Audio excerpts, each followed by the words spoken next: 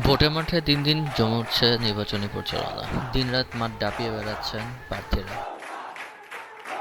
খেলার মাঠের মাশরাফি এখন রাজনৈতিক মাঠে। নড়াইল ২ আসনে নৌকা নিয়ে লড়বেন এবারের নির্বাচনে।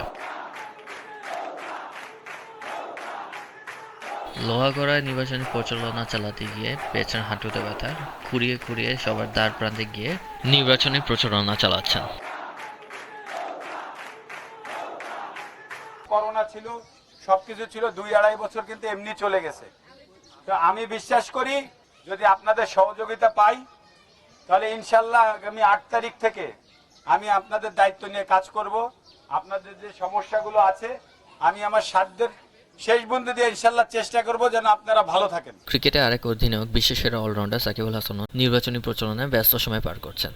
আমাদের যে এই উন্নয়নের অগ্রযাত্রা, এই অগ্রযাত্রা অব্যাহত রাখতে আমি নৌকার কোনো বিকল্প দেখি না।